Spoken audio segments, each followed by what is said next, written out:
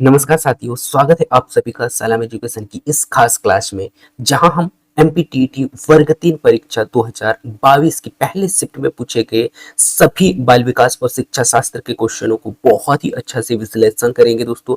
और यह क्लास केवल पिछली परीक्षा को समझने में मदद नहीं करेगी बल्कि आने वाले परीक्षा के लिए भी एक मजबूती आधार तैयार करेगी दोस्तों। तो चलिए शुरू करते हैं आज की ये ज्ञानवर्धक यात्रा की। और पहला क्वेश्चन आ चुका है बाल विकास का आपके स्क्रीन पे, जो कि आपसे पूछा गया था दोस्तों कि कौन सा मानसिक विकार है। सो आपको यहाँ पे बताना है कि कौन सा मानसिक विकार है दोस्तों, जिसमें से कि आपके पास में ऑप्शन है धनुस्तंभ, इसके बाद में तंत्रिका रोग, इसके बाद में नशीली दवाओं पर निर्भर। नेक्स्ट अगला है शराब यानी कि शराबीपन। ठीक है, तो इसमें से आपको बताना है दोस्तों कि मानसिक विकार कौन सा है। ठीक है, सो यदि हम बात करें दोस्तों मानसिक विकार की, सो पहले हम समझते हैं मानसिक विकार को, उसके बाद में कुछ महत्वपूर्ण फैक्ट मैं आपको यहाँ पर बताता हूँ दोस्तों। मानसिक विकार मीन्स एक ऐसा रोग दोस्तों जो मानसिक रूप से पीड़ित है। ठीक है, उससे कहा जाता है मानसिक विकार। अब यहाँ पे आप देख पा रहे होंगे दोस्तों, जो एक आपको देखने को मिल रहा है पहला ऑप्शन धनु स्तंभ, जिसे कहा जाता है टिटनेस। तो टिटनेस क्या है दोस्तों ये शारीरिक रोग है। ठीक है, इसके बाद में नेक्स्ट आप देख पा रहे होंगे जो कि नेक्स्ट अगला ऑप्शन देख पा रहे होंगे तंत्रिका रोग। तो तंत्रिका रोग जो है दोस्तों ये मानसिक विकार से संबंधित ये रोग होता है। ठीक है, इसके बाद में नेक्स्ट अगला है नशीली दवाओं पर निर्भर यानी कि नशीली दवाओं पर निर्भरता। ठीक है, इसके बाद में शराबीपन। ठीक है, तो ये दोनों एक ही कैटेगरी की जो बीमारियां हम कह सकते हैं, लोगों की आम बीमारी हम कह सकते हैं, जिसमें कि बहुत सारे लोग जो है नशीली दवाओं पर निर्भर रहते हैं, साथ ही साथ शराबीपन की जो आदतें हैं उनमें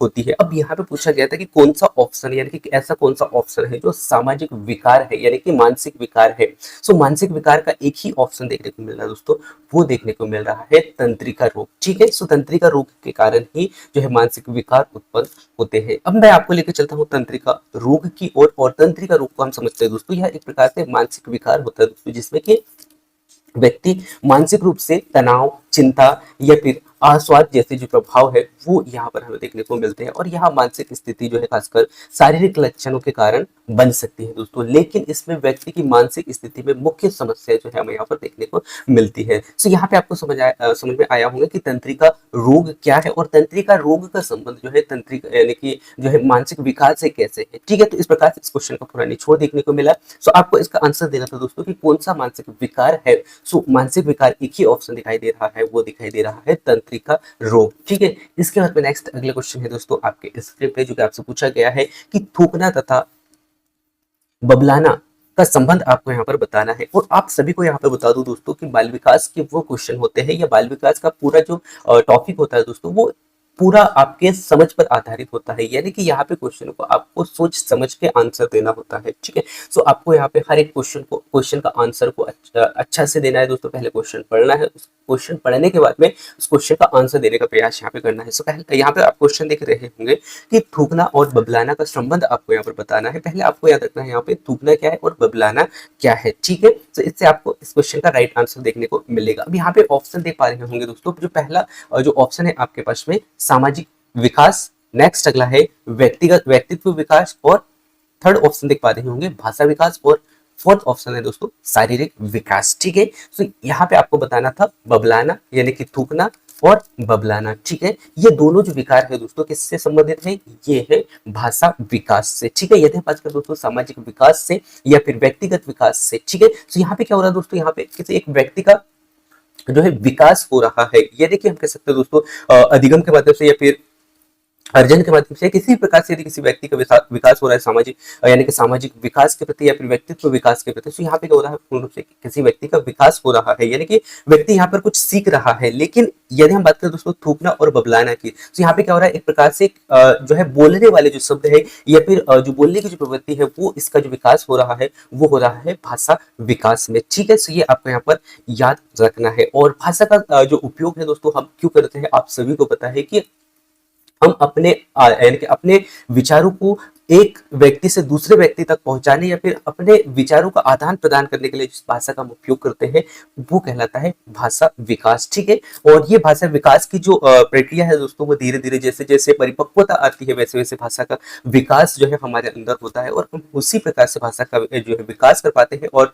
इसी आधार पर जो है हम अपने शब्दों को एक दूसरे के यानी कि एक दूसरे के सामने रख पाते हैं। इसके बाद में नेक्स्ट आप देख पा रहे होंगे शारीरिक विकास। शारीरिक विकास में आपने पढ़ा होगा वृद्धि और विकास को। सो वृद्धि को पढ़ा हुआ दोस्तों, तो आपको समझ में आएगा शारीरिक विकास क्या है। यानी कि इसमें जो है शारीरिक विकास के अंतर्गत हमारे शरीर का या फिर किसी बच्चे का शरीर का जो विकास है दोस्तों, वो बाह्य रूप से होता है। आंतरिक रूप से तो होता ही है, लेकिन बाह्य रूप से हमें जो है वृद्धि होता हुआ दिखाई देता है। सो वो होगा दोस्तों शारीरिक विकास। ठीक है, सो अब यहाँ पे आपसे पूछा गया था बबलाना और थूकना, तो ये दोनों किससे संबंधित है? ये है दोस्तों, इनका संबंध है भाषा विकास से। ठीक है, ये आपको यहाँ पर याद रखना है। इसके बाद में नेक्स्ट अगला है दोस्तों, इससे पहले मैं आपको बता दूं थूकना और बबलाना ये यानी कि ये दोनों जो है भाषा विकास से संबंधित है, यानी कि भाषा विकास से संबंधित गतिविधियां हैं दोस्तों। इसमें शारीरिक और मानसिक विकास का हिस्सा होता है, जो कि बच्चों की भाषा की समझ और शब्दों के उच्चारण में ये बल देता है। ठीक है, तो ये आपको यहाँ पर याद रखना है। इसके बाद में नेक्स्ट अगला क्वेश्चन बहुत ही वेरी वेरी इंपॉर्टेंट क्वेश्चन आ चुका है दोस्तों, जो कि आपसे पूछा गया है कि खालिस्तान के अनुसार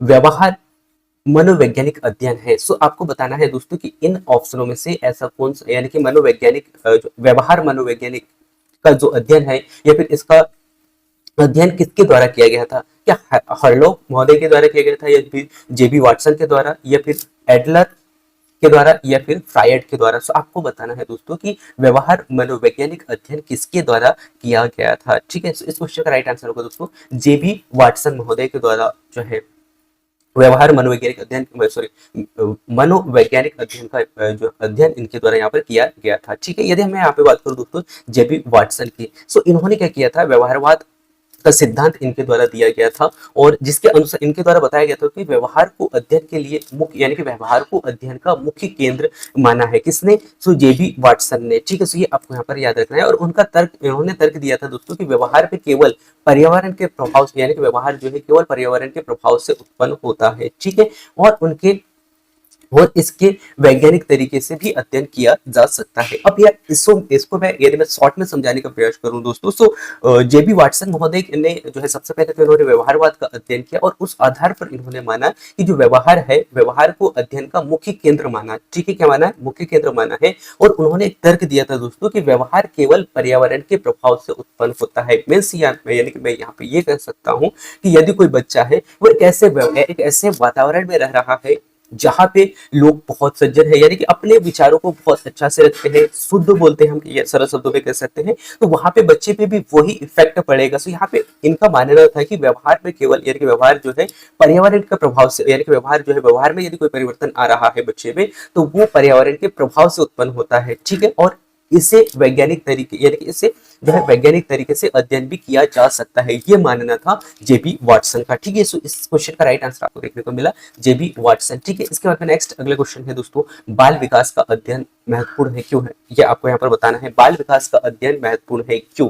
क्या बालक के उचित देखभाल के लिए, बालक के सर्वांगीण विकास के लिए, बालक के विकास को नियंत्रित करने के लिए, या फिर अच्छे नागरिक के निर्माण के लिए? ठीक है, सो आपको बताना है दोस्तों बाल विकास का अध्ययन क्यों महत्वपूर्ण है। यदि मैं यहाँ पे बात करूं दोस्तों विकास की, तो आप सभी को पता है दोस्तों, विकास एक ऐसा हम दोस्तों पाठ कह सकते हैं, या फिर एक ऐसा अध्ययन होता है जो कि व्यक्ति जब तक जीवित रहता है तब तक होते रहता है। यानी कि मैं ये कह सकता हूँ दोस्तों कि व्यक्ति के जब तक सांसें चलेगी तब तक कहीं ना कहीं व्यक्ति कुछ ना कुछ अपने जीवन काल में सीखता रहता है, वो चाहे बाल्यावस्था हो या फिर वृद्धावस्था हो। ठीक है, तो ये आपको यहाँ पर याद रखना है। अब यहाँ पे आपसे कुछ क्वेश्चन पूछा गया था कि बाल विकास का अध्ययन क्यों आवश्यक है? क्या बालक के उचित देखभाल के लिए, या फिर बालक के सर्वांगीण विकास के लिए, या फिर बालक के विकास को नियंत्रित करने के लिए, या फिर अच्छे नागरिक के निर्माण के लिए? यदि हम देखें दोस्तों ऑप्शनों को, तो ऑप्शनों में सभी जो पॉइंट है वो पॉजिटिव है, और एक प्रकार से बालक के विकास के लिए महत्वपूर्ण तो है, लेकिन उनमें से सबसे महत्वपूर्ण आपको यहाँ पर बताना है, तो वो आप यहाँ पे देख पा रहे होंगे दोस्तों,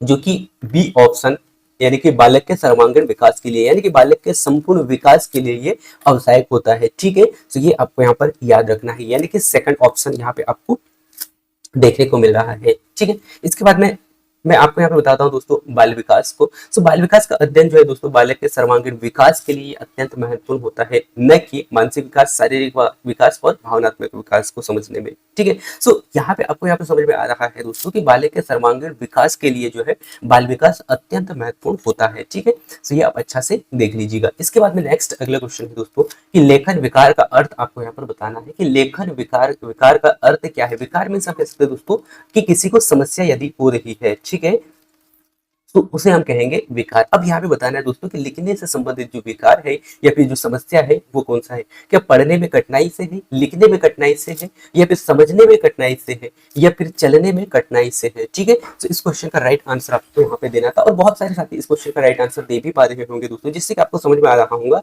कि यदि कोई लिखने से संबंधित है तो वो लिखने में कठिनाई हो रही है। सो इस क्वेश्चन का राइट आंसर सेकंड ऑप्शन, यानी कि लिखने में कठिनाई है। ठीक है, सो ये आपको यहाँ पर याद रखना था दोस्तों। ठीक है, और यह एक न्यूरोलॉजिकल स्थिति होता है दोस्तों, जिसमें कि बच्चे को या फिर किसी व्यक्ति को लिखने में समस्या यहाँ पर होती है, जिससे व्यक्ति को लिखने में कठिनाई होती है, और यह कठिनाई शारीरिक रूप से लिखने के साथ साथ में शब्दों को भी सही ढंग से व्यक्त करने में कहीं ना कहीं उन्हें कमी यानी कि समस्या होती है। ठीक है, तो ये था दोस्तों लिखने से विकार का अर्थ आपको यहाँ पर बताना था। ठीक है, इसके बाद में नेक्स्ट अगला क्वेश्चन है दोस्तों आपके स्क्रीन पे जो कि आपसे पूछा गया है कि लिखने का विकार यानी कि सॉरी माफ कीजिएगा, लेखन विकार का अर्थ आपको यहाँ पर बताना था। क्वेश्चन रिपीट हो गया दोस्तों, जिसका राइट आंसर क्या होगा, लिखने में कठिनाई है। ठीक है, इसके बाद में नेक्स्ट अगला क्वेश्चन है दोस्तों कि बालक का यानी कि बालक की विकास प्रक्रिया कैसे बढ़ती है। अब यहाँ पे बताना है दोस्तों बालक की विकास प्रक्रिया। अब यहाँ पे बालक का विकास तो मैंने आपको इससे पहले वाले क्वेश्चन में एक्सप्लेन कर दिया था कि बालक का विकास क्या है। ठीक है, अब यहाँ पे आपको बताना है दोस्तों बालक का विकास यानी कि विकास की जो प्रक्रिया है वो कैसे होती है। क्या सरल से कठिन होती है, कठिन से सरल होती है, विशिष्ट से सामान्य होती है, या फिर सामान्य से विशिष्ट होती है। ठीक है, सो इस क्वेश्चन का राइट आंसर आपको यहाँ पर देना है, और बहुत सारे साथी दे पाते होंगे जो कि बालक का जो विकास जो होता है दोस्तों वो कैसा होता है, सामान्य से विशिष्ट की ओर होता है। ठीक है, कैसे होता है दोस्तों, सामान्य से विशिष्ट की ओर होता है। यानी कि यहाँ पे जो बच्चा जो है दोस्तों सबसे पहले सामान्य शब्दों को क्या करता है, सामान्य शब्दों को सीखता है। ठीक है, उसके बाद में कठिन यानी कि विशिष्ट जो शब्द होते हैं, या फिर मैं सरल शब्दों में कह सकता हूँ कठिन शब्दों को सीखता है। ठीक है, यानी कि जब भी आप छोटे बच्चों को देखते हो दोस्तों तो सबसे पहले बच्चा जो है बच्चे को क्या सिखाया जाता है, अ आ ई यानी कि इस प्रकार के जो सरल शब्द सिखाए जाते हैं दोस्तों, या फिर जो डायग्राम के माध्यम से जो दृश्य यानी कि जो देखने वाले जो शब्द होते हैं या देखने वाले जो चित्र होते हैं उनके माध्यम से बच्चों को यहाँ पर सिखाया जाता है। इसके बाद में उसी से रिलेटेड जो है कठिन शब्द होते हैं उनसे यानी कि उनको सिखाया जाता है। तो इस प्रकार से यहाँ पे समझ में आ रहा होगा कि बच्चों को पहले विशिष्ट यानी कि सॉरी माफ कीजिएगा सामान्य सिखाया जाता है, सामान्य शब्द सिखाए जाते हैं, उसके बाद में सरल। ठीक है,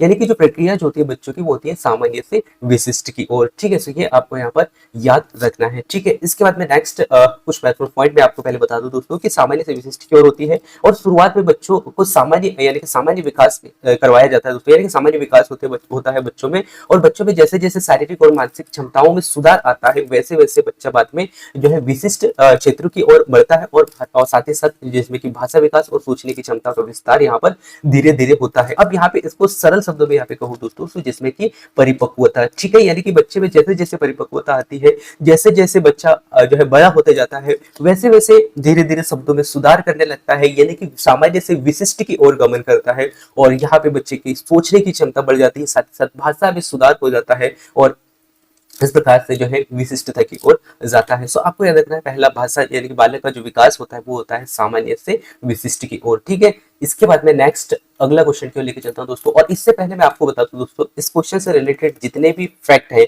वो आपको बताना है यानी कि पढ़ना है कि भाषा की विकास की जो प्रक्रिया है वो कैसे होती है, सरल से जटिल होती है, विशिष्ट से सामान्य होती है, और जितने भी प्रकार है यानी कि विकास की प्रक्रिया के वो सभी आपको पढ़कर जाना है दोस्तों एग्जाम हॉल में, क्योंकि यहाँ से क्वेश्चन आपके 1 से 2 क्वेश्चन आपको एग्जाम में देखने को ही मिलेंगे। ठीक है, या फिर हो सकता है कि नेक्स्ट अगली क्लास में आप लोगों के लिए लेके आऊं जिसमें कि मैं पूरा बहुत ही अच्छा से डिटेल से एक्सप्लेन कर पाऊं। सो यदि आप इस चैनल में नए हैं तो इस चैनल को सब्सक्राइब करें ताकि आपको ये क्लासेस मिलते रहे, और ऐसे ही क्लासेस में कंटिन्यू अपलोड करते रहता हूं दोस्तों, जिससे कि आपको उन क्लासेसों के माध्यम से हेल्प मिले और आप आपका कॉन्सेप्ट वहां पर क्लियर कर सके। ठीक है, सो हर एक क्लास को आप अच्छा से देखिएगा, और ये पूरे नोट्स आपको जो है समय समय पर अपलोड किए जाते हैं दोस्तों। सो उन क्लासेसों के माध्यम से इन नोट्स को भी आप अच्छा से देख सकते हैं। ठीक है, सो नेक्स्ट अगला क्वेश्चन है दोस्तों आपके पास में पुनः फिर से यहाँ पे क्वेश्चन विकास से ही आ गया दोस्तों, जो कि आपसे पूछा गया है कि मस्तिष्क अभिमुखी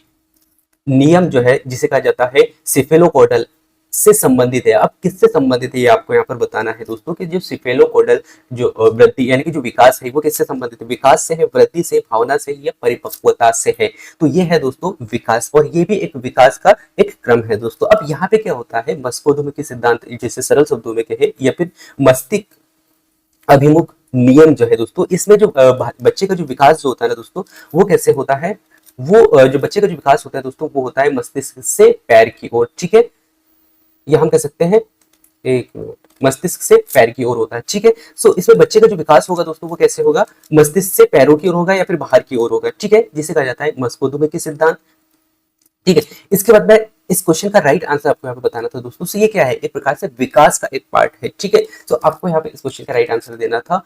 इसका संबंध किससे है, सो ये है दोस्तों विकास से, ठीक है। सो और ये भी दो प्रकार से विकास होता है दोस्तों। अब ये दो प्रकार से कौन सा है, पहले तो मैंने आपको यहाँ पे बता दिया सिफेलोकोडल, ठीक है। इसके बाद में सेकंड कौन सा है वो आपको कमेंट्स करके बताना है, ठीक है, क्योंकि ये वो पॉइंट है दोस्तों जहां से क्वेश्चन हर बार आपसे पूछे गए हैं, और प्रीवियस क्वेश्चन पेपर यदि आप अच्छा से देख रहे होंगे तो ये क्वेश्चन, ये इस टॉपिक से क्वेश्चन बहुत ही बार बार आपको देखने को मिलेंगे, ठीक है। यदि हम बात करें दोस्तों सेफेलोकोडल की, तो इसमें शारीरिक विकास जो है दोस्तों कहाँ से होता है, सिर से यानी कि मस्तिष्क से पैर की ओर होता है, ठीक है, जैसे कि मैंने कुछ समय पहले यहाँ पे आपको बताया था दोस्तों, ठीक है। इसके बाद में इससे पहले जो है दोस्तों सिर का विकास होता है, उसके बाद में धीरे धीरे धीरे शरीर के अन्य हिस्सों का विकास यहाँ पर होने लगता है, ठीक है। तो इस प्रकार से इस क्वेश्चन का राइट आंसर देखने को मिला। इसके बाद में इसका पूरा निचोड़ मैंने आपको यहाँ पे सरल शब्दों में बताने का प्रयास किया दोस्तों। इसके बाद में नेक्स्ट अगला क्वेश्चन है कि प्रसव की प्रथम अवस्था क्या कहलाती है। अब ये क्वेश्चन उन साथियों के लिए बहुत ही आसान हो जाएगा दोस्तों जिन्होंने महिला पर्यवेक्षक में गर्भावस्था को पढ़ा होगा। सो यदि आपने पहले जो पढ़ रखा है उसको इस क्लास में कनेक्ट करोगे ना दोस्तों, क्योंकि बहुत बार क्या होता है कि जब हम तैयारी करते हैं ना, तैयारी करने के बाद में वो एग्जाम हमसे क्लियर नहीं होता है दोस्तों, और उसके बाद में जब हम दूसरा एग्जाम की तैयारी करते हैं तो हम पूरा सिलेबस छोड़ देते हैं जो कि पहले पढ़ रखा है। वो एक बहुत बड़ी गलती होती है, क्योंकि आपका पूरा समय वहां पर जाता है, पूरा एनर्जी जाता है, तो आपको उस सिलेबस को दूसरे सब्जेक्ट, दूसरा जो तैयारी आप कर रहे होंगे तो वहां पे आप कनेक्ट करोगे ना दोस्तों, तो कहीं ना कहीं आपकी तैयारी और लोगों से बहुत बेहतर हो सकती है। और यही एक ऐसा वो तरीका होता है दोस्तों जो आपको सिलेक्शन तक लेके जाता है। तो इन बातों को आपको विशेष तौर पे ध्यान रखना है। सो आपने पहले पढ़ रखा है उसको आप इन सब्जेक्टों से कनेक्ट करें, जैसे बाल विकास की यदि बात करें तो बाल विकास भी आपने अच्छा से पढ़ रखा होगा। सो अब यहाँ पे आपको क्या करना है, आपका जो बाल विकास का जो सब्जेक्ट है उसको ज्यादा से ज्यादा आप प्रैक्टिस करें, और जैसे ऐसे जितने भी क्वेश्चन आते हैं जो आपने पहले पढ़ रखा है उनको आप अच्छा से बार बार रिवीजन कीजिएगा, और आपने जो गलती किया है उस गलती को आपको सुधारना है दोस्तों, ठीक है। सो क्वेश्चन आपसे पूछा गया था दोस्तों कि प्रसव की प्रथम अवस्था कौन सी होती है। सो पहला ऑप्शन है आपके पास में निष्कासन, नेक्स्ट ऑप्शन है विस्तारण, थर्ड ऑप्शन है दोस्तों विकास, और फोर्थ ऑप्शन है यानी कि डी पूर्ण निष्कासन। तो आपको यहाँ पे बताना है कि प्रसव की प्रथम अवस्था कौन सी कहलाती है, ठीक है। सो इस क्वेश्चन का राइट आंसर होगा दोस्तों विस्तारण, ठीक है। यानी कि इस अवस्था में, यानी कि इस समय क्या होता है, इस समय यानी कि विस्तारण को कहा जाता है दोस्तों प्रसव की प्रथम अवस्था, यानी कि यहाँ पे विस्तारण की प्रक्रिया होती है जिसमें कि गर्भावस्था का यहाँ पे गहन गहन यानी कि गहना होता है, साथ ही साथ बच्चे के जन्म के लिए ये उपयुक्त अवस्था माना जाता है, ठीक है। तो इस प्रकार से आपको यहाँ पर इस क्वेश्चन का राइट आंसर देखने को मिला। प्रसव अवस्था यानी कि प्रसव अवस्था की प्रथम, सॉरी माफ कीजिए, प्रथम अवस्था क्या कहलाती है, तो वो कहलाता है दोस्तों विस्तारण, ठीक है। इस क्वेश्चन का राइट आंसर बी ऑप्शन हो गया, ठीक। अब आपके लिए इंपॉर्टेंट पॉइंट है दोस्तों, पहले तो आपको प्रसव अवस्था की पूर्ण जो अलग अलग जो स्टेज है, अलग अलग अवस्थाएं हैं, उनको आपको अच्छा से पढ़ना है, क्योंकि यहाँ से क्वेश्चन आपसे पूछे ही जाएंगे, ठीक है। सो मेरा काम है आपको उन पॉइंटों को बताना जहां से क्वेश्चन लगातार पूछे गए हैं, और यदि आप प्रीवियस क्वेश्चन पेपर बहुत अच्छा से देख रहे होंगे तो इन पॉइंटों के बारे में आप जानते हो कि कहाँ से क्वेश्चन पूछे जाते हैं और कहाँ से ज्यादा पूछे जाते हैं, ठीक है। इसके बाद में नेक्स्ट अगला क्वेश्चन को लेकर चलता हूँ, और आपसे क्वेश्चन पुनः फिर से पूछा गया दोस्तों, हिलना, अवसाद, डर और भय, ठीक है, इनके लक्षण किसमें पाए जाते हैं दोस्तों। सो यहाँ पे विकार से पुनः फिर से आपसे क्वेश्चन पूछा गया दोस्तों। सो आपको बताना है दोस्तों किसमें होता है, यानी कि ऐसा कौन सा बीमारी होता है, ऐसा कौन सा विकार होता है जिसमें कि हिलना, अवसाद, डर एवं भय के लक्षण दिखाई देते हैं।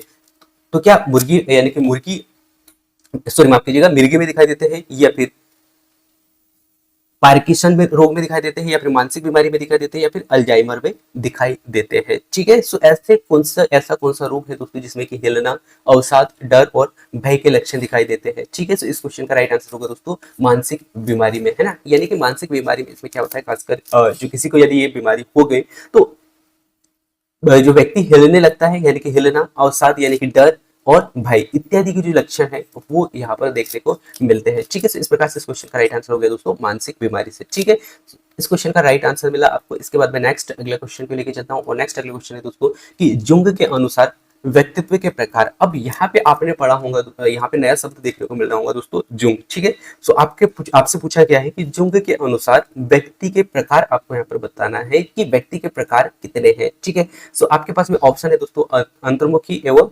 भाईमुखी। नेक्स्ट ऑप्शन है खिलाड़ी एवं भाईमुखी। इसके बाद में थर्ड ऑप्शन है दोस्तों मध्यकृति, सॉरी माफ कीजिएगा, मध्याकृति एवं अंतर्मुखी। नेक्स्ट ऑप्शन है सामाजिक एवं उभयमुखी। ठीक है, इस क्वेश्चन का राइट आंसर आपको यहाँ पे देना है कि जुंग के अनुसार व्यक्तित्व का प्रकार कितना है। ठीक है, सो इस क्वेश्चन का राइट आंसर बहुत सारे साथी दे पा रहे होंगे दोस्तों, ये है अंतर्मुखी एवं भाईमुखी। ठीक है, अब यहाँ पे जो है जुंग महोदय ने क्या कहा था दोस्तों, जिसका नाम है कार्ल जुंग। ठीक है, इनके अनुसार व्यक्तित्व के दो प्रकार बताए गए दोस्तों। इन्होंने पहला प्रकार बताया था अंतर्मुख और दूसरा प्रकार बताया था दोस्तों भाईमुख। ठीक है, सो अब ये दोनों क्या है ये आपको यहाँ पर अच्छा से पढ़ना है। यदि मैं इसे शॉर्टकट में बताऊं दोस्तों, सो अंतर्मुख में क्या होता है दोस्तों, व्यक्ति अपने आप में केंद्रित होता है, जबकि भाईमुख में क्या होता है दोस्तों, ये दूसरों पर आश्रित होता है, जैसे कि समाज हो गया या फिर उसके आसपास में जो लोग हैं उनसे जुड़ने में आनंदित महसूस करता है। सो ये कहलाता है भाईमुखी। ठीक है, तो यहाँ पे आपको दो पॉइंट देखने को मिले दोस्तों, जो है कार्ल जुंग के द्वारा दो प्रकार बताए गए, एक था दोस्तों अंतर्मुखी और एक था भाईमुखी। ठीक है, सो इस प्रकार से इस क्वेश्चन का right answer second option, sorry माफ कीजिएगा फर्स्ट ऑप्शन हो गया। ठीक है, इसके बाद में नेक्स्ट मैंने यहाँ पे पूरा पॉइंट बता दिया दोस्तों भाईमुखी और अंतर्मुखी क्या है। यानी कि अंतर्मुखी मीन्स यानी कि व्यक्ति खुद पर केंद्रित होता है। ठीक है, और भाईमुखी में दूसरों पर आश्रित होता है, हम सरल शब्दों में कह सकते हैं। ठीक है, इसके बाद में नेक्स्ट अगला क्वेश्चन है दोस्तों आपके स्क्रीन पे, जो कि आपसे पूछा गया है कि बालकों के व्यक्तित्व एवं प्रभुत्व अभिवृत्ति का प्रभाव पड़ता है, किस पर पड़ता है ये आपको यहाँ पर बताना है दोस्तों, कि बालक के व्यक्तित्व पर प्रभुत्व यानी कि प्रभुत्वशाली अभिवृत्ति का प्रभाव पड़ता है, किस पर, असुरक्षा की भावना पर, श्रेष्ठता की भावना पर, सहयोग की भावना पर या आत्मविश्वास की भावना पर। ठीक है, तो यदि हम बात करें दोस्तों व्यक्तित्व में खुद पर प्रभुत्वता का प्रभाव पड़ता है, तो वो पड़ता है दोस्तों किस पर, तो आपको याद रखना है सुरक्षा की भावना पर। ठीक है, किस पर पड़ता है, सुरक्षा की भावना पर पड़ता है। ठीक है, व्यक्तित्व का प्रभुत्वशाली अभिव्यक्ति का प्रभाव किस पर पड़ता है, तो आपको याद रखना है असुरक्षा, सॉरी माफ कीजिएगा असुरक्षा पर। यानी कि मैं ये कह सकता हूँ दोस्तों, इसको यदि हम समझने का प्रयास करें, तो जब बालक पर किसी प्रकार का प्रभुत्व और नकारात्मक अभिव्यक्ति होता है, मीन्स यहाँ पे मैं ये कह सकता हूँ कि मान लीजिएगा कोई ऐसा शिक्षक है जो कि बच्चों को बहुत डरा कर रखा है, तो वो क्या कर रहा है, यहाँ पे प्रभुत्व का शैली बना के रखा है उन्होंने बच्चों के प्रति। ठीक है, या फिर नकारात्मकता अभिवृत्ति वाला जो है व्यवहार बना के रखा है, तो उससे क्या होगा दोस्तों कि बच्चों में असुरक्षा की भावना यहाँ पर उत्पन्न होती है और उनसे मानसिक और सामाजिक विकास पर प्रतिकूल प्रभाव पड़ता है। ठीक है, तो आपसे पूछा गया था कि बालक के व्यक्तित्व पर प्रभुत्वशाली अभिवृत्ति का प्रभाव पड़ेगा, सो वो पड़ेगा दोस्तों असुरक्षा और भावना पर। ठीक है, सो ये आपको यहाँ पर याद रखना है। ठीक है, इसके बाद में नेक्स्ट अगला प्रभुत्व मीन्स हम कह सकते हैं दोस्तों किसी पर दबाव डालना, या फिर अपने, यानी कि हम कह सकते हैं दोस्तों कि यानी कि जो है अन्य जो समाज है या फिर अन्य लोगों को कम समझना, ये हम कह सकते हैं प्रभुत्व। ठीक है, तो ये आपको यहाँ पर याद रखना है। ठीक है, इसके बाद में नेक्स्ट अगला क्वेश्चन है दोस्तों, जो कि आपसे पूछा गया है कि प्रश्न, नेक्स्ट अगला क्वेश्चन है दोस्तों कि मानव व्यक्तित्व निम्नलिखित में से किसका परिणाम है। ठीक है, सो आपको बताना है दोस्तों कि मानव विकास यानी मानव व्यक्तित्व इस पुनः फिर से आ गया दोस्तों कि व्यक्तित्व निम्न में से किसका परिणाम है, क्या केवल आनुवंशिकता का परिणाम है, पालन पोषण एवं शिक्षा का परिणाम, शिक्षा है, या फिर आनुवंशिक और पर्यावरण के बीच का अंत संबंध है, या फिर केवल पर्यावरण है। ठीक है, तो यहाँ पे आपको इस क्वेश्चन का राइट आंसर बताना था दोस्तों, बहुत सारे साथी बता दे होंगे कि इस क्वेश्चन का राइट आंसर होगा आनुवंशिकता और पर्यावरण के बीच का अंतक्रिया है। ठीक है, सो मान लीजिए कोई व्यक्ति, मानव व्यक्तित्व निम्नलिखित में से किसका है, ठीक है, किसका परिणाम है। ठीक है, तो वो आपको याद रखना है दोस्तों आनुवंशिक और पर्यावरण का। ठीक है, यानी कि अब यहाँ पे मैं सरल शब्दों में इसे समझाने का प्रयास करूँ दोस्तों, तो मान लीजिएगा कोई एक ऐसा बालक है जिनके संस्कार बहुत अच्छे हैं, तो यहाँ पे इसके जो संस्कार है दोस्तों वो दोनों पर निर्भर करता है। यानी कि उसके पास में जो है संस्कार जो आए हैं, एक तो आनुवंशिकता के कारण भी आए हैं, दूसरा जो आया है दोस्तों पर्यावरण, यानी कि बच्चा जिस समाज में रह रहा है, जैसे लोगों के बीच में रह रहा है, उससे आया है। तो यहाँ पे जो है दोस्तों यानी कि किसी मानव का व्यक्तित्व जो है ना, इन दोनों पर निर्भर करता है, यानी कि इन दोनों का प्रभाव पड़ता है। ठीक है, यदि ये बालक अच्छे समाज के बीच में रह रहा है तो वो जो उसका जो प्रभाव है पॉजिटिव देखा जाएगा। लेकिन यदि बालक ऐसे वातावरण में रह रहा है, ऐसे लोगों के बीच में रह रहा है जहाँ पे लोग एक दूसरे की बुराई कर रहे हैं, जहाँ का वातावरण अच्छा नहीं है, तो कहीं ना कहीं बालक में भी उसी प्रकार का प्रभाव देखने को मिलेगा। और साथ ही साथ अनुवांशिकता का भी वही है दोस्तों, यानी कि आपके पेरेंट्स यदि कहीं ना कहीं उनमें जो इस प्रकार के जो प्रभाव देखने को मिलते हैं दोस्तों, या फिर इस प्रकार के जो लक्षण देखने को मिलते हैं, वही लक्षण कुछ कुछ परसेंट आप कह सकते हैं कि बच्चों में भी देखने को मिलते हैं। तो ये दोनों महत्वपूर्ण है। अब यहाँ पे दोनों में यदि हम परसेंटेज के आधार पर देख बांटे दोस्तों, तो ये बांटना हमारे लिए यहाँ पे पॉसिबल नहीं है, क्योंकि यहाँ पे सबसे ज्यादा जो प्राथमिकता दी जाती है दोस्तों, वो दी जाती है पर्यावरण को। ऐसा क्यों? क्योंकि ऐसे बहुत सारे अनगिनत उदाहरण है दोस्तों कि जिनके पेरेंट्स गरीब है या फिर अशिक्षित है, लेकिन उनके जो बच्चे हैं कहीं ना कहीं बहुत अच्छा कुछ कर किए हैं। तो यहाँ पे ये कहना मुश्किल यानी कि उचित नहीं होगा कि जिनके पेरेंट्स अच्छे नहीं है या फिर जिनका अनुवांशिकता जो है वही जैसा अनुवांशिक यानी कि अनुवांशिकता मिला है उनको, वही जो है उसी आधार पर बच्चे भी करेंगे, ऐसा पॉसिबल नहीं है। यानी कि उनको यदि अच्छा वातावरण दिया जाए, अच्छा साधन दिया जाए, तो कहीं ना कहीं बच्चा अपने पेरेंट्सों की तुलना में बहुत कुछ अच्छा कर सकता है। ठीक है, लेकिन आपसे पूछा गया था दोस्तों मानव व्यक्तित्व किसका परिणाम है, तो ये दोनों का है। ठीक है, इस प्रकार से इस क्वेश्चन का राइट आंसर सी ऑप्शन हो गया। ठीक है, इसके बाद में नेक्स्ट अगला क्वेश्चन आपके स्क्रीन पर आ चुका है दोस्तों, जो कि आपसे पूछा गया है कि कक्षा में चर्चा के दौरान एक शिक्षक अक्सर लड़कियों की तुलना में लड़कों पर अधिक ध्यान देता है। तो आपको बताना है दोस्तों कि ये किसका उदाहरण है, क्या लिंग भेदभाव का है, या फिर लिंग पहचान का है, या फिर लिंग प्रासंगिकता का है, या फिर लिंग स्थिरता का है। ठीक है, सो आपको बताना है दोस्तों कि मान लीजिए एक बालक कक्षा में चर्चा करने के दौरान शिक्षक जो है अक्सर लड़कियों की तुलना जो है लड़कों पर अधिक करता है। ठीक है, क्या करता है, लड़कियों की तुलना लड़कों पर अधिक ध्यान यानी कि अधिक ध्यान देता है। ठीक है, सो इसका उदाहरण आपको बताना है दोस्तों। यहाँ पे क्या हो रहा है, लिंग भेद हो रहा है, यानी कि एक ऐसा शिक्षक है जो कि लड़कियों की तुलना में लड़कों पर अधिक ध्यान दे रहा है। ठीक है, तो वो होगा लिंग भेदभाव। ठीक है, यानी कि लड़कियां, अब यहाँ पे क्या हो सकता है दोस्तों कि बहुत सारे जो है यहाँ पे यदि हम भेदभाव की यदि हम बात करें दोस्तों, तो वैसा होता नहीं है, फिर भी लोगों का ये मानना हो सकता है कि लड़कियां जो है लड़कों की तुलना में पढ़ने में कमजोर है। इस प्रकार की जो प्रवृत्ति है या इस प्रकार की जो तुलना है यहाँ पे शिक्षक कर रहा है, तो वो क्या हो रहा है, लिंग भेदभाव कर रहा है। ठीक है, तो ये इस प्रकार से इस क्वेश्चन का राइट आंसर फर्स्ट ऑप्शन हो गया।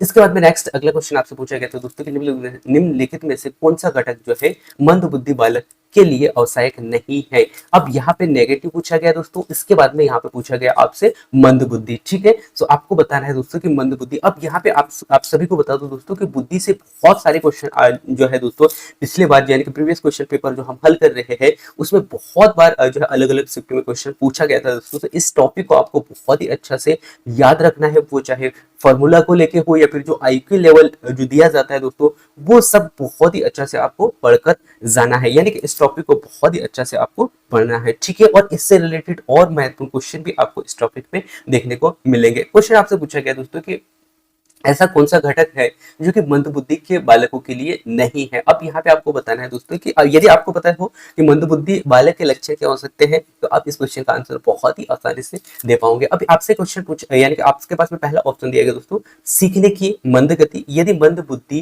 का जो बालक है तो उसमें कहीं ना कहीं सीखने की जो गति है वो काफी कम हो सकती है, तो ये तो पॉजिटिव है, जबकि आपसे क्वेश्चन पूछा गया था नेगेटिव। ठीक है, नेक्स्ट अगला ऑप्शन देते हैं शारीरिक दोष। क्या मंद बुद्धि के जो बच्चे हैं उनके उनमें शारीरिक दोष हो सकता है क्या? नेक्स्ट, इसको हम अभी छोड़ते हैं, नेक्स्ट अगला ऑप्शन की ओर चलते हैं, और नेक्स्ट अगला ऑप्शन है आपके पास में अमूर्त चिंतन का अभाव और मौलिकता। मौलिकता यानी कि क्या है, मौलिकता। सो आपसे पूछा गया था दोस्तों मंद बालक की विशेषता नहीं है। सो यदि हम बात करें दोस्तों मंद बालक की विशेषता, तो मंद बालक यदि कोई बच्चा पढ़ने में कमजोर है, तो कहीं ना कहीं उसको जो समस्या आएगी दोस्तों, वो एक तो उसके सीखने की गति कैसे होगी, मंद होगी, साथ ही साथ शारीरिक दोष भी हो सकते हैं। जी हाँ बिल्कुल, सो ये भी पॉजिटिव आधार पॉजिटिव ही होगा दोस्तों मंद बुद्धि बालकों के हिसाब से। इसके बाद में आपसे पूछा गया था कि अमूर्त चिंतन का अभाव। ठीक है, अमूर्त चिंतन मीन्स हम कह सकते हैं दोस्तों जिसमें कि बच्चे को कल्पना करने में यहाँ पे समस्या हो रही है, तो वो भी मंदबुद्धि के बालक के अंतर्गत आएगा। अब यहाँ पे नेक्स्ट और लास्ट ऑप्शन पूछा गया था आपसे मौलिकता। ठीक है, तो ये दोस्तों यानी कि ये जो ऑप्शन है यानी कि मौलिकता का जो प्रभाव है, मौलिकता जो है दोस्तों ये खासकर जो तेज पढ़ने वाले जो बच्चे होते हैं दोस्तों, उनमें ये इस प्रकार की जो क्षमता है वो पाई जाती है। लेकिन हम यदि हम बात करें मंद बुद्धि की, तो मंद बुद्धि में ये नहीं पाया जाता है। और नेगेटिव क्वेश्चन पूछा गया था, क्वेश्चन में पूछा गया था दोस्तों, और सो आपको नेगेटिव ऑप्शन देना था, सो वो है मौलिकता। ठीक है, सो ये आपको यहाँ पर इस क्वेश्चन का राइट आंसर देखने को मिला। अब ये किस प्रकार से मिला, ये पूरा मैंने आपको यहाँ पर डिटेल में बताया दोस्तों। यदि हम बात करें दोस्तों मौलिकता की, सो मौलिकता जो है दोस्तों मंद बुद्धि के लिए अवसाय घटक नहीं माना जाता है। ठीक है, जिसमें कि बालक को इस समय क्या होता है दोस्तों, मंद बुद्धि के जो बालक होते हैं ना, उनको खासकर जो है शारीरिक समस्या हो सकती है, या फिर अमूर्त चिंतन यानी कि कल्पनाशील वाले जो समस्याएं हैं, उनमें जो है उनको सोचने में या फिर उनको हल करने में बच्चे को समस्या यहाँ पर देखने को मिलती है। ठीक है, तो इस प्रकार से इस क्वेश्चन का राइट आंसर देखने को मिला। इसके बाद मैं नेक्स्ट अगले क्वेश्चन को लेकर चलता हूँ, और नेक्स्ट अगले क्वेश्चन है दोस्तों आपके स्क्रीन पे, जो कि आपसे पूछा गया है कि निम्नलिखित में से कौन सा बहुबुद्धि का प्रकार नहीं है। पुनः फिर से आपसे बुद्धि से क्वेश्चन पूछा गया दोस्तों, जो कि आपको बताना है कि बहुबुद्धि का प्रकार नहीं है। बहुबुद्धि मींस बहुत सारे अलग अलग बुद्धि। ठीक है, यानी कि यहाँ पे आपसे क्वेश्चन पूछा गया दोस्तों भाषाई बुद्धि। सो अब यहाँ पे मैंने आपको बताया दोस्तों बहुत सारे बुद्धि, बहुत सारे बुद्धि मीन्स यानी कि कोई एक ऐसा व्यक्ति जो कि अलग अलग कार्य करता है, यानी कि जिसको अलग अलग कार्यों का ज्ञान हो, सरल शब्दों में मैं ये कह सकता हूँ, तो उसे कहा जाएगा बहुबुद्धि। मीन्स मैं यहाँ पे कह सकता हूँ कि कोई एक ऐसा व्यक्ति है जिसे गाना भी आता है, यानी कि वह गाता भी है, एक सिंगर भी है। दूसरा एक वही व्यक्ति दूसरा काम कर रहा है, क्या, डांस करने का। ठीक है, दूसरा व्यक्ति, वही व्यक्ति डांस भी कर रहा है, वही व्यक्ति जो है कॉमेडी भी कर रहा है। तो ये क्या है दोस्तों, ये एक ही प्रकार की, यानी कि एक ही व्यक्ति में अलग अलग प्रकार की जो बुद्धि पाई जाती है, तो उसे कहा जाएगा बहुबुद्धि। ठीक है, जैसे कि आपने देखा होगा दोस्तों कपिल शर्मा को आपने देखा होगा जो है कॉमेडी करते हुए भी आपने देखा होगा। उसके बाद में आपने उसे गाना गाते भी देखा होगा। ठीक है, और इसके बाद में उन्होंने 2-3 मूवियां भी बनाया है, तो उसमें किस प्रकार की बुद्धि है, तो वो होगा दोस्तों बहुबुद्धि। ठीक है, अब यहाँ पे पूछा गया था कि बहुबुद्धि का प्रकार नहीं है, तो भाषाई बुद्धि, जी हाँ, भाषाई बुद्धि बहुबुद्धि का प्रकार है, यानी कि अलग अलग भाषाएं हो सकती है, किसी एक व्यक्ति को अनेक भाषाओं का ज्ञान हो सकता है। ठीक है, और ऐसे अनगिनत बहुत सारे उदाहरण है, ऐसे बहुत सारे महापुरुष हुए हैं जिन्हें बहुत सारे अलग अलग भाषाओं का ज्ञान रहा है। ठीक है, इसके बाद में नेक्स्ट ऑप्शन दिया गया दोस्तों आपका स्थानिक। ठीक है, तो स्थानिक भी है दोस्तों, यानी कि स्थानिक भी बहुबुद्धि का प्रकार है, क्योंकि अलग अलग स्थानीय आधार पर अलग अलग ज्ञान जो है ये यहाँ पर देखने को मिल सकता है। इसके बाद में नेक्स्ट ऑप्शन है दोस्तों यानी कि पारस्परिक। ठीक है, सो ये पारस्परिक भी बहुबुद्धि का एक प्रकार है। ठीक है, सो ये इस क्वेश्चन का राइट आंसर आपको यहाँ पे देखने को मिलेगा दोस्तों विश्लेषण। सो विश्लेषण दोस्तों, विश्लेषण की यदि मैं यहाँ पे बात करूँ दोस्तों, ये विश्लेषण बहुबुद्धि का प्रकार नहीं है। ठीक है, और आपसे पूछा गया था नहीं है वाला। ठीक है, सो इस क्वेश्चन का राइट आंसर डी ऑप्शन हो गया दोस्तों। अब यदि मैं यहाँ पे बात करूँ दोस्तों बहुबुद्धि की, सो बहुबुद्धि में खासकर भाषाई, स्थानिक और पारंपरिक जैसे बहुत अलग अलग प्रकार की जो बुद्धि, यानी कि बुद्धि के प्रकार यहाँ पर पाए जाते हैं दोस्तों, और ये विभिन्न क्षेत्र को दर्शाते हैं। ठीक है, यदि हम बात करें दोस्तों विश्लेषण की, सो विश्लेषण एक बुद्धि से अलग प्रकार होता है दोस्तों, जिसमें कि व्यक्ति जो है सोचने की क्षमता, यानी कि व्यक्ति को सोचने की क्षमता पाई जाती है, और विभिन्न प्रकार से विभिन्न किसी एक ऐसे तथ्य का विश्लेषण कर रहा है, तो वो होगा विश्लेषण। ठीक है, और यहाँ पे बुद्धि के यदि हम बात करें दोस्तों बुद्धि की, तो बुद्धि में यानी कि अलग अलग प्रकार से वो चाहे स्थायी, स्नायिक या फिर जो है भाषाई कौशल का विकास हो रहा है अलग अलग भाषाओं में, से वो कहलाएगा बहुबुद्धि के प्रकार। ठीक है, तो यह आपको यहाँ पर देखना था। और बुद्धि के अनेक क्षेत्र होते हैं दोस्तों, अलग अलग क्षेत्र होते हैं, और व्यक्ति अलग अलग क्षेत्रों में अपने जो है अपने आप को, यानी कि अपने आप को अलग अलग क्षेत्रों में दर्शाता है। ठीक है, तो ये इस क्वेश्चन का राइट आंसर था, और इस क्वेश्चन का डिटेल जो है सरल शब्दों में मैंने यहाँ पे समझाने का प्रयास किया दोस्तों। अब पुनः फिर से यहाँ पे अभी तक जो क्वेश्चन है दोस्तों, बुद्धि से 3 क्वेश्चन आ चुके हैं इस क्वेश्चन को मिला के। ठीक है, जो कि अब पुनः फिर से आपसे क्वेश्चन पूछा गया है कि बुद्धि लब्धि मापने का सूत्र क्या है। और आप सभी से मेरा एक छोटा सा रिक्वेस्ट है दोस्तों, कि आप जब भी कोई क्लास पढ़ते हो ना, वो चाहे मैं ही क्यों ना आप लोगों को बता रहा हूँ, पढ़ा रहा हूँ, आपको क्या करना है, यदि कोई व्यक्ति प्रीवियस क्वेश्चन पढ़ा रहा हो या बता रहा हो आपको, तो आपको क्या करना है दोस्तों, प्रीवियस क्वेश्चन पेपर एक बार आपको मिला के देखना है, ताकि आपका विश्वास जगे दोस्तों कि आप जो पढ़ रहे हो अभी जो मैंने आपको यहाँ पे बताया है कि यानी कि बुद्धि के 3 क्वेश्चन पूछे गए, तो आपको देखना चाहिए कि क्या वाकई में बुद्धि के 3 क्वेश्चन पूछे गए हैं। तो इसके लिए आप क्या कर सकते हो, प्रीवियस क्वेश्चन पेपर देख सकते हो। अब यहाँ पे प्रीवियस क्वेश्चन पेपर देखने का एक बहुत ही आसान तरीका, एक फ्री में आप कैसे देख सकते हैं वो मैं आपको बता दूं दोस्तों, कि ये पेपर आपको देखने को मिलेगा ईएसबी के ऑफिशियल वेबसाइट पे। सो आपको क्या करना है, ईएसबी के ऑफिशियल वेबसाइट पे जाना है, और वहां पे आपको पुराने प्रश्न पत्र पर क्लिक करना होगा, यदि आप इंग्लिश में हिंदी में सर्च करोगे तो। ठीक है, तो पुराने प्रश्न पत्र देखिएगा, उसके बाद में 2022 में जब आप जाओगे दोस्तों, तो पूरा एक 1000 पेजों का, लगभग 1000 प्लस पेजों का पूरा पेपर वहां पे अपलोड किया है दोस्तों ईएसबी के ऑफिशियल वेबसाइट पे, ठीक है। और ये ऑफिशियल वेबसाइट है, यानी कि 2022 में जो एग्जाम हुआ था इससे पहले, वो पूरे शिफ्ट के पेपर आपको वहां पर देखने को मिलेंगे, ठीक है। तो उन्हें आप एक बार अच्छा से देखिए, इसके बाद में आपको इन क्वेश्चनों को अच्छा से हल करना है दोस्तों, ठीक है। ये बहुत कम लोग बताते हैं, फिर भी मेरा उद्देश्य यही होता है कि आप लोग जो पढ़ रहे हो, आपका जो एनर्जी लग रहा है वो सही जगह लगे, और सही समय के हिसाब से यदि आप उस एनर्जी का यदि उपयोग करें दोस्तों, तो कहीं ना कहीं आप सफलता के बहुत करीब पहुंच पाओगे। सो अब यहाँ पे क्वेश्चन पूछा गया है, बुद्धि लब्धि मापने का सूत्र क्या है। सो आपके पास में ऑप्शन है दोस्तों, पहला मानसिक आयु इंटू 100, ठीक है। इसके बाद में नेक्स्ट ऑप्शन है मानसिक आयु अपॉन वास्तविक आयु इंटू 100, ठीक है। इसके बाद में नेक्स्ट सी ऑप्शन है दोस्तों, वास्तविक आयु अपॉन मानसिक आयु। नेक्स्ट ऑप्शन है मानसिक आयु प्लस वास्तविक आयु, ठीक है। तो इस क्वेश्चन का राइट आंसर है दोस्तों बी ऑप्शन, ठीक है। अब यहाँ पे आप सभी के लिए एक क्वेश्चन है दोस्तों, एक वेरी वेरी इंपॉर्टेंट क्वेश्चन है कि बुद्धि लब्धि यानी कि आईक्यू लेवल किसने दिया था। ये क्वेश्चन आपके लिए वेरी वेरी इंपॉर्टेंट है दोस्तों। सो इस क्वेश्चन का राइट आंसर आपको कमेंट्स करके देना है, ठीक है। अब यदि हम बात करें दोस्तों बुद्धि लब्धि की, ठीक है, सो प्याजे महोदय ने संज्ञानात्मक विकास के सिद्धांत में एक यानी कि संज्ञानात्मक विकास का एक हिस्सा हम कह सकते हैं दोस्तों इस टेंस को, जो कि प्याजे के अनुसार यदि हम देखें तो जिसमें कि बच्चा क्या करता है दोस्तों, जिसमें बच्चा किसी एक पहलू पर ध्यान केंद्रित करता है और अन्य पहलुओं की उपेक्षा करता है, ठीक है। तो इस प्रश्न में बच्चों का ध्यान जो है मानसिक आयु शब्द पर आधारित हो सकता है, जिसमें विकल्प ए होगा, ठीक है। यानी कि ए ऑप्शन इस क्वेश्चन का, सॉरी माफ कीजिएगा, ए को मानक हो सकता था, लेकिन बी यदि हम कहें दोस्तों, तो आयु के लेवल का वास्तविक सूत्र होगा, वो होगा मानसिक आयु अपॉन वास्तविक आयु, ठीक है। तो इस क्वेश्चन का राइट आंसर होगा दोस्तों बी ऑप्शन, ठीक है। यदि हम बात करें दोस्तों प्याजे के आधार पर, सो प्याजे के आधार पर ए ऑप्शन हो सकता था, ठीक है। क्यों? सो आप सभी को बताया दोस्तों कि प्याजे महोदय ने संज्ञानात्मक विकास का सिद्धांत दिया, और उनका मानना था कि बच्चे जो है पहले ध्यान केंद्रित करते हैं, यानी कि जो है किसी बच्चा जो है एक पहलुओं पर ध्यान केंद्रित करता है और अन्य पहलुओं की अपेक्षा करता है, तो उस कंडीशन में पहला ऑप्शन हो सकता था। लेकिन आपसे पूछा गया था कि आईक्यू लेवल मापने का सूत्र, सो आईक्यू लेवल मापने का जो सूत्र है दोस्तों, वो है मानसिक आयु अपॉन वास्तविक आयु, ठीक है। सो इस प्रकार से इस क्वेश्चन का राइट आंसर क्या हो गया दोस्तों, इस क्वेश्चन का राइट आंसर बी ऑप्शन हो गया, ठीक है। अब मैं आपको बता दूं दोस्तों कि मानसिक आयु कैसे ज्ञात करते हैं। आपके पास में फॉर्मूला तो आ गया मानसिक आयु अपॉन वास्तविक आयु, ठीक है। अब हम यहाँ पे इसको हल करके देखते हैं दोस्तों। सो मान लीजिएगा किसी का मानसिक आयु यहाँ पर है दोस्तों, मान लीजिएगा मानसिक आयु 10 वर्ष है, ठीक है। इसके बाद में वास्तविक आयु मान लीजिएगा 8 वर्ष है, ठीक है। सॉरी माफ कीजिएगा, वास्तविक आयु क्या है, 8 वर्ष है। अब यहाँ पे हमें क्या निकालना है दोस्तों, आईक्यू लेवल निकालना है। सबसे पहले मैं आपको बता दूं यहाँ पर मानसिक आयु और वास्तविक आयु क्या होता है। वास्तविक आयु क्या होता है दोस्तों, वास्तविक आयु वह होता है जिसमें बच्चा, यानी कि जिसमें क्या कर रहा है बच्चा दूसरों के प्रति, मान लीजिए एक ऐसा बच्चा है जो कि कम, यानी कि ये कम एज का है, या फिर जो है हम कह सकते हैं सरल शब्दों में कम एज का है, और एक बच्चा है जो कि अधिक एज का है, ठीक है।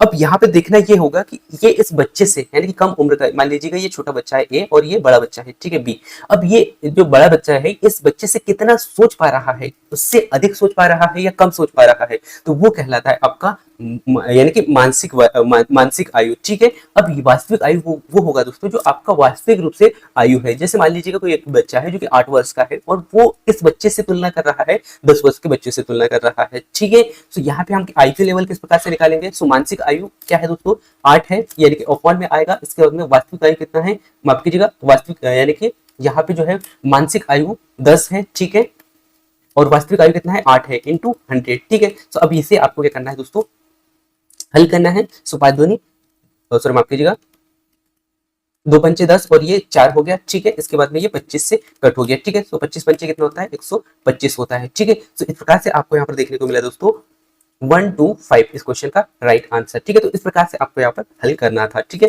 यानी कि इस प्रकार से आईक्यू लेवल निकाला जाता है, ठीक है। तो एक छोटा सा मैंने यहाँ पे उदाहरण आपको समझाने का प्रयास किया। सो मैं उम्मीद करता हूँ कि आपको यहाँ पर ये समझ में आया होगा, ठीक है। और जितने भी जो क्लासेस है दोस्तों, या फिर जितने भी क्वेश्चन मैं आपको बताने का प्रयास कर रहा हूँ, वो कैसे आपको लग रहा है दोस्तों, क्या आपका कॉन्सेप्ट क्लियर हो रहा है, आपका कंफ्यूजन दूर हो रहा है या नहीं, ये आप कमेंट्स करके जरूर बताइएगा दोस्तों, क्योंकि आपके कमेंट्स ही मेरे लिए मोटिवेशन होता है और उसी आधार पर मैं आपको अच्छा से एक्सप्लेन करने का मैं यहाँ पे ज्यादा से ज्यादा प्रयास करता हूँ। ठीक है, इसके बाद में नेक्स्ट अगला क्वेश्चन आपसे पूछा गया दोस्तों, जो कि आपके स्क्रीन पे आ चुका है। फ्रायड के अनुसार, अब यहाँ पे पुनः फिर से मनोवैज्ञानिक का क्वेश्चन आ चुका है दोस्तों, जो कि आपसे पूछा गया है कि फ्रायड के अनुसार मन के 3 घटक है, वो कौन कौन से है दोस्तों, आपको यहाँ पर बताना है। यदि आपने फ्रायड महोदय को आपने अच्छे से पढ़ा होगा तो आपको पता है दोस्तों कि फ्रायड के अनुसार फ्रायड महोदय ने 3 घटक कौन कौन से दिए हैं। सो पहला ऑप्शन है दोस्तों अहम, ईड, पराहम। ठीक है, नेक्स्ट अगला है अचेतन, नैतिक या फिर अनैतिक। नेक्स्ट ऑप्शन है दोस्तों मौखिक, गुदा और लैंगिक। ठीक है, नेक्स्ट और लास्ट ऑप्शन है प्राथमिक, माध्यमिक और तृतीयक। ठीक है, यदि हम बात करें दोस्तों फ्रायड महोदय की, सो इन्होंने 3 प्रकार बताया था दोस्तों, है ना, 3 यानी कि मन के 3 घटक बताया था, वो कौन कौन से है दोस्तों, सो वो है अहम, ठीक है, ईड और परहम। ठीक है, सो 3 ऑप्शन है, यानी कि तीन प्रकार घटक बताया था। सो इस प्रकार से इस क्वेश्चन का राइट आंसर ए ऑप्शन होगा दोस्तों, कौन कौन सा, अहम, ईड और परहम। ठीक है, इसके बाद में इससे रिलेटेड कुछ महत्वपूर्ण फैक्ट मैं आपको बता देता हूँ दोस्तों। ईड मींस क्या होता है दोस्तों, जिसे आईडी कहा जाता है। ठीक है, अब ये क्या होता है दोस्तों, शॉर्ट में आईडी कहते हैं इसे। इसे क्या कहा जाता है दोस्तों, यह एक मूल प्रवृत्ति और इच्छाओं को नियंत्रित करने का कार्य किसके द्वारा होता है, ईड के द्वारा होता है। ठीक है, अहम मीन्स यानी कि वास्तविकता के साथ में मेल खाता है, वास्तविकता के साथ में मेल खाता है, वो कहलाता है दोस्तों अहम। ठीक है, यानी कि इच्छाओं के बीच में संतुलन बनाए रखना है। ठीक है, परहम मीन्स यानी कि यहाँ पे समाज और नैतिक मानकों को लागू करना, वो क्या कहलाता है दोस्तों, वो कहलाता है परहम। ठीक है, यहाँ पे आपको समझ में आया, अहम मीन्स यानी कि वास्तविक स्थिति के आधार पर मेल खाता है, यानी कि इच्छाओं के बीच में संतुलन बना पाता है, उसे कहा जाता है दोस्तों अहम। अहम मीन्स मैं। ठीक है, इसके बाद में ईड यानी कि मूल प्रवृत्ति की इच्छाओं को नियंत्रित करता है, वो कहलाता है दोस्तों, वो क्या कहलाता है, वो कहलाता है। ठीक है, इस प्रकार से इस क्वेश्चन का राइट आंसर मिला देखने को आपको 137। ठीक है, इसके बाद में नेक्स्ट अगला क्वेश्चन आपके स्क्रीन पे आ चुका है दोस्तों, जो कि आपसे पूछा गया है कि बच्चों के व्यक्तित्व पर माता पिता का प्रभाव, आपको यहाँ पर बताना है कि बच्चों के व्यक्तित्व पर माता पिता का प्रभाव किस प्रकार से पड़ता है। सो पहला ऑप्शन है दोस्तों अस्तित्वहीन, बाल्यावस्था में सबसे कमजोर, प्रारंभिक बाल्यावस्था में मजबूत और संपूर्ण जीवन काल में, यानी कि संपूर्ण जीवन काल में एक समान। ठीक है, तो इस क्वेश्चन का राइट आंसर आपको यहाँ पर देना है, और बहुत सारे साथी इस क्वेश्चन का राइट आंसर दे पा रहे होंगे दोस्तों, जो कि इस क्वेश्चन का राइट आंसर जो है होगा प्रारंभिक बाल्यावस्था में मजबूती। ठीक है, यानी कि बच्चों के व्यक्तित्व पर माता पिता का प्रभाव जो पड़ता है ना दोस्तों, वो पड़ता है प्रारंभिक बाल्यावस्था पर। ठीक है, यानी कि प्रारंभ में जो बच्चा जो है ना अपने माता पिता पर आश्रित होता है, और जिस प्रकार से जो है माता पिता होते हैं, एक तो उनके अनुवांशिक, बच्चों पर जो है, आप सभी को मैंने शुरू स्टार्ट में ही बताया था, बच्चों पर जो प्रभाव पड़ता है वो एक तो अनुवांशिकता का पड़ता है, दूसरा पर्यावरण का पड़ता है, यानी कि बच्चा किस समाज में रह रहा है, बच्चे के पेरेंट्स किस प्रकार से है। ठीक है, तो ये दोनों पर प्रभाव पड़ता है। यदि हम बात करें दोस्तों बच्चे की किस अवस्था पर ज्यादातर माता पिता का प्रभाव पड़ता है, तो वो पड़ता है प्रारंभिक बाल्यावस्था में। ठीक है, इस क्वेश्चन का राइट आंसर सी ऑप्शन हो गया दोस्तों। इसके बाद में नेक्स्ट कुछ महत्वपूर्ण फैक्ट मैं आपको बता देता हूँ, और ये अभी मैंने आपको यहाँ पे समझाने का प्रयास किया, वही है यानी कि शारीरिक विकास हो या फिर मानसिक विकास हो, इन दोनों पर बच्चे यानी कि बच्चे पर माता पिता का बहुत अधिक प्रभाव पड़ता है, और ये वो अवस्था होता है दोस्तों जिसमें कि बच्चे का शारीरिक मानसिक विकास बहुत तेजी से होता है। ठीक है, तो इस प्रकार से इस क्वेश्चन का राइट आंसर भी आपको देखने को मिला, और पूरे डिटेल मैंने आपको यहाँ पर बताया दोस्तों। इसके बाद में नेक्स्ट अगला क्वेश्चन पूछा गया दोस्तों आपसे कि आप एक आदमी को कुछ भी नहीं सिखा सकते हैं। ठीक है, मान लीजिए एक ऐसा व्यक्ति है जिसको आप कुछ भी नहीं सिखा सकते हैं, आप उन्हें अपने भीतर खोजने में उसकी मदद कर सकते हैं, यह किसे कहा जाता है, यानी कि यह किसने कहा था। ठीक है, तो क्वेश्चन को मैं पुनः फिर रिपीट करता हूँ दोस्तों कि आप एक आदमी को कुछ भी नहीं सिखा सकते हैं, आप उसे अपने भीतर खोजने में उसकी मदद कर सकते हैं। ठीक है, सो वो क्या कहलाता है दोस्तों, यानी कि उस ये किसने कहा था, क्या किसने कहा था, गैलीलियो ने कहा था, एच.सी. मॉरिसन ने कहा था, जॉन ड्यूई ने कहा था, या फिर टीवी ग्रीन ने कहा था। तो इस क्वेश्चन का राइट आंसर होगा दोस्तों गैलीलियो महोदय ने। तो गैलीलियो महोदय ने क्या कहा था दोस्तों कि आप एक ऐसे व्यक्ति को कुछ भी नहीं सिखा, एक ऐसा कोई व्यक्ति है जिसको कुछ भी नहीं सिखा सकते हो, लेकिन उसे अपने भीतर खोजने की मदद, यानी कि खोजने की मदद कर सकते हैं, खोजने के लिए मदद कर सकते हैं अपने भीतर। ठीक है, तो ये जो कथन है कि किसके द्वारा कहा गया था, तो ये गैलीलियो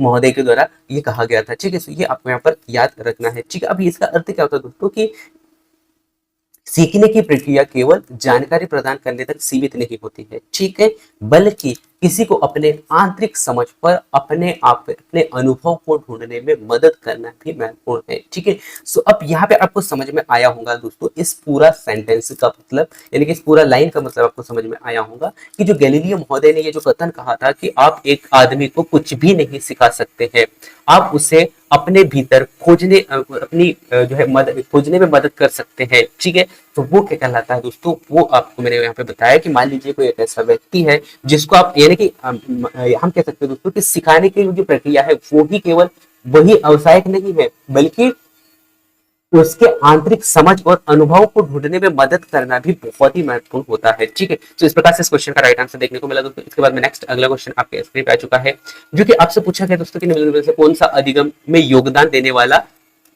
व्यक्तिगत कारक नहीं है। अब पुनः आपसे आपसे नेगेटिव पूछा गया दोस्तों, और ऑप्शन है आपके पास में प्रेरणा, रुचि, योग्यता और शिक्षक का व्यक्तित्व। ठीक है, शिक्षक का व्यक्तित्व। ठीक है, इस क्वेश्चन का राइट आंसर देना है दोस्तों कि अधिगम। अब यहाँ पे आपने देखा होगा दोस्तों अधिगम, ठीक है, इसके बाद में अर्जन। ठीक है, सो अधिगम और अर्जन यदि आपने देखा होगा तो इस पढ़ा होगा तो इस क्वेश्चन का राइट आंसर आप दे पाओगे। ठीक है, अब आपसे पूछा गया दोस्तों कि अधिगम के योगदान में केवल, यानी कि अधिगम के योगदान में देने वाला व्यक्तित्व कारक नहीं है, प्रेरणा, रुचि, योग्यता या फिर व्यक्ति का सॉरी शिक्षक का व्यक्तित्व। ठीक है, सो कौन सा नहीं है दोस्तों, से यहाँ पे आप देख पा रहे होंगे एक तो प्रेरणा है, रुचि है और योग्यता है। ठीक है, इसके बाद में शिक्षक का व्यक्तित्व। ठीक है, तो यहाँ पे जो शिक्षक का व्यक्तित्व है दोस्तों ये कैसा है, अधिगम, यानी कि अधिगम की योग्यता के अंतर्गत नहीं आता है। ठीक है, यानी कि व्यक्ति कारक नहीं है पूछा था उसने, तो इस क्वेश्चन का राइट आंसर डी ऑप्शन होगा। जबकि व्यक्ति कारक के आधार पर यदि हम देखें दोस्तों तो प्रेरणा भी है, रुचि भी है, योग्यता भी है। ठीक है, जो कि अधिगम की योग्यता को दर्शाता है। ठीक है, और यही दोनों आपसे पूछा भी गया था। ठीक है,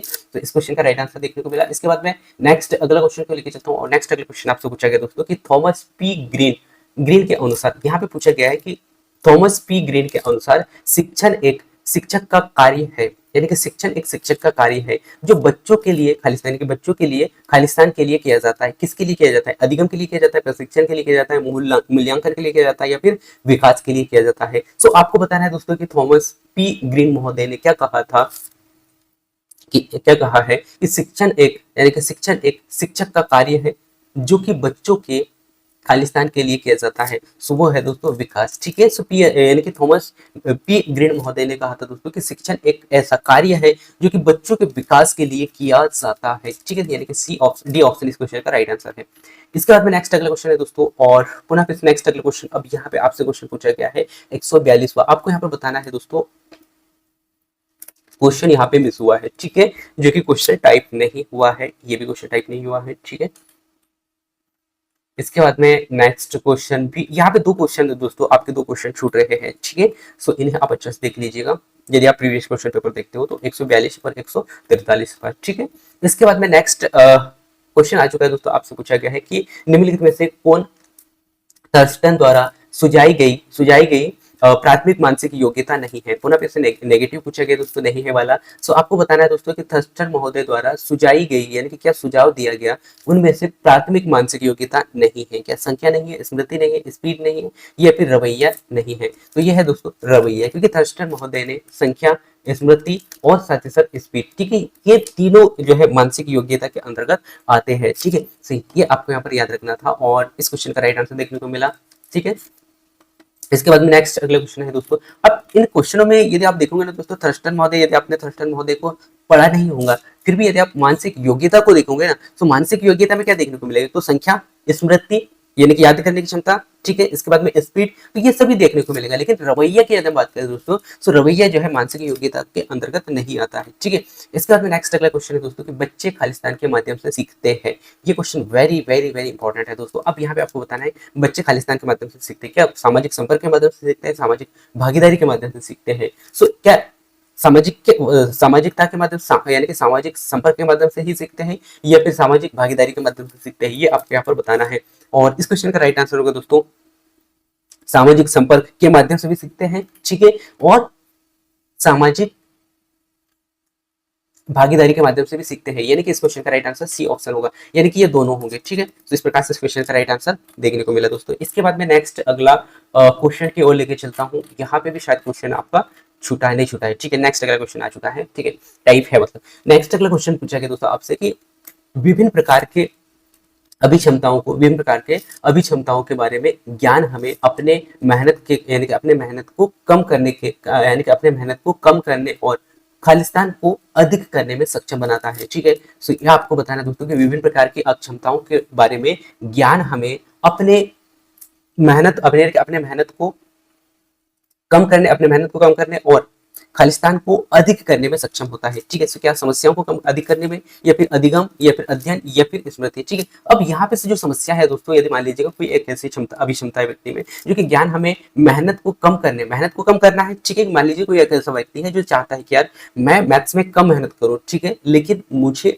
अच्छे नंबर मिलना चाहिए। तब ये तो नहीं होगा कि कोई व्यक्ति मेहनत कर रहा है यानी कि मेहनत कम हो और समस्याएं अधिक हो, तो ये तो नेगेटिव हो गया। यानी कि ये क्वेश्चन के आधार पर यदि हम देखें तो ये क्वेश्चन आपका ऑप्शन ही गलत हो गया था। इसके बाद में नेक्स्ट ऑप्शन अधिगम हो सकता है, अध्ययन हो सकता है, स्मृति शक्ति भी हम कुछ समय के लिए कह सकते हैं। ठीक है, लेकिन मेहनत को कम करना है और खालिस्तान को अधिक करने में सक्षम बनाता है। तो सक्षम कौन बनाता है दोस्तों? वो बनाता है अधिगम। ठीक है, तो ये अधिगम के लिए सक्षम बनाता है। ठीक है, तो इस क्वेश्चन का राइट आंसर बी ऑप्शन हो गया। ठीक है, इसके बाद में नेक्स्ट अगला क्वेश्चन पे लेके चलता हूँ और नेक्स्ट अगला क्वेश्चन पूछेगा दोस्तों परिपक्वता। और शुरू स्टार्ट में ही आपको बताया था दोस्तों परिपक्वता क्या है। ठीक है, सो आपको बताना है दोस्तों ऑप्शन परिपक्वता किससे संबंधित है? वृद्धि और प्रक्रिया से संबंधित, शिक्षण और परिपक्वता से संबंधित है, या फिर उत्पादकता की प्रक्रिया से संबंधित है, या फिर व्यावसायिकता की प्रक्रिया से संबंधित है। ठीक है, तो इस क्वेश्चन का राइट आंसर होगा दोस्तों वृद्धि की प्रक्रिया से संबंधित है। यानी कि व्यक्ति जैसे जैसे जो है बड़ा होते जाता है, जैसे जैसे परिपक्व होते जाता है, ठीक है, वैसे वैसे